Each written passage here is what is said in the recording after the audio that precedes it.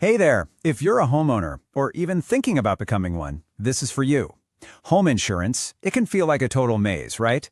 But honestly, it doesn't have to be. In the next few minutes, we're going to cut through all that confusion and show you exactly how to protect what is probably your biggest asset. Let's jump right in. And it really is true. Your home isn't just four walls and a roof. It's so much more. It's where you build your life. And for most of us, it's the biggest financial investment we will ever make. We pour everything into it. So protecting it, that's not just some nice-to-have idea. It is absolutely essential. So that's the million-dollar question, right? How do you actually protect it?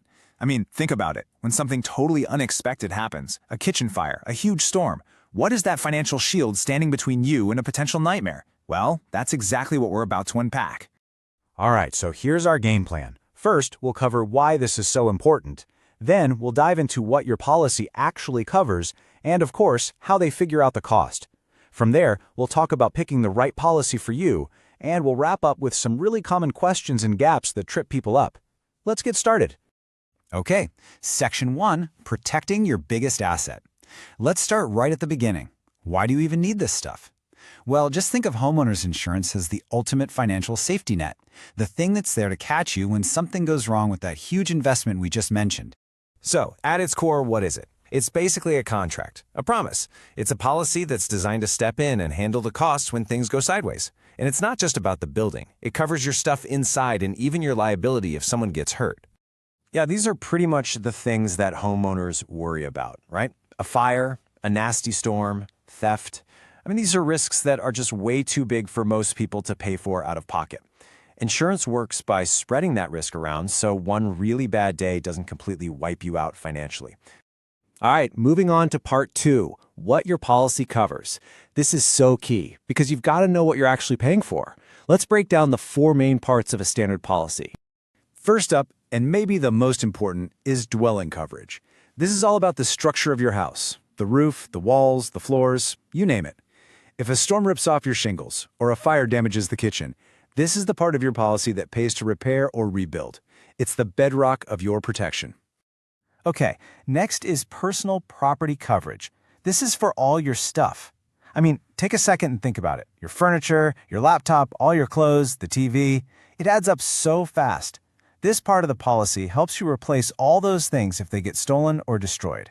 Now this one is huge, and people totally sleep on it. It's liability protection.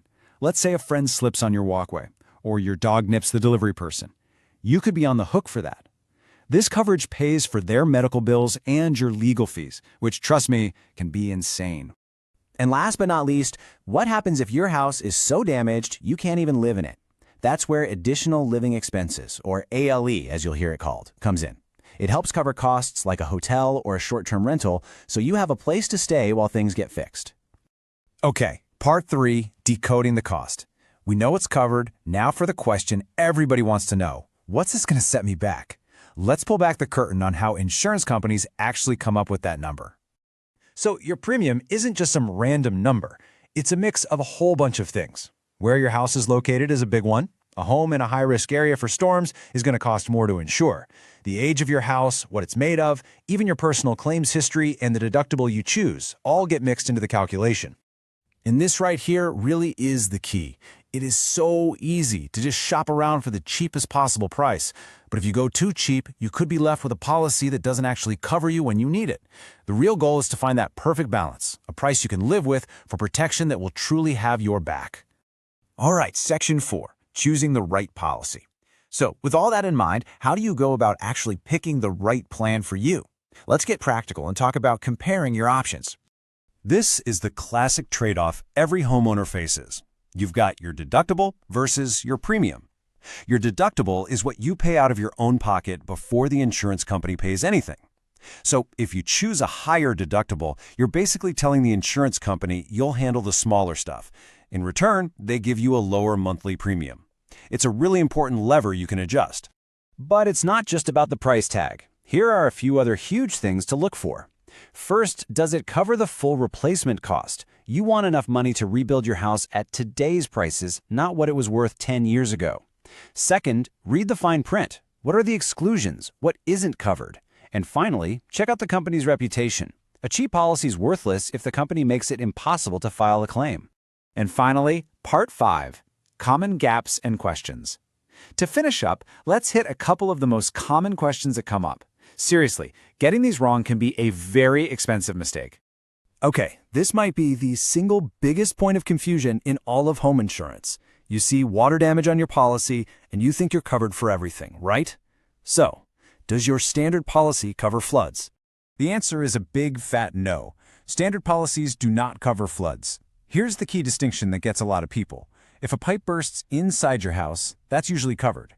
But if a river overflows and water comes into your house from the outside, that's a flood, and you need a completely separate flood insurance policy for that.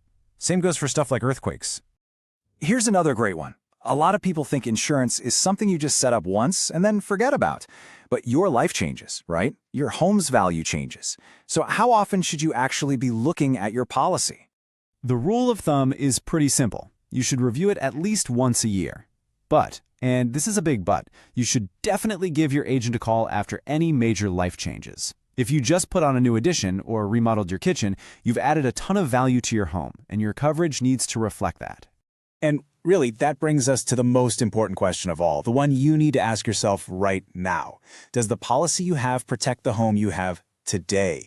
The policy you bought 5 years ago was for a different house with different costs. Does it still give you the protection you actually need? That's a question definitely worth looking into. Thanks for joining me.